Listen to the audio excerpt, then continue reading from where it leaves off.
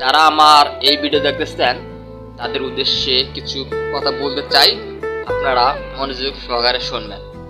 কে কি করলো না করলো ওটা না দেখে আপনার মতো আপনি ভালো কাজ করে যান, তাহলেই একদিন সফলতা পাবেন।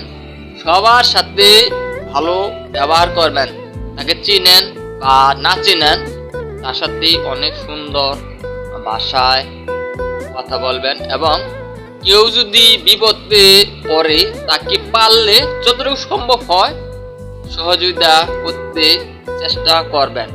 আর মসজিদে আজান দেওয়ার সাথে সাথে মসজিদে যে নামাজ পড়বেন এবং অপরকে নামাজ পড়তে উৎসাহিত করবেন।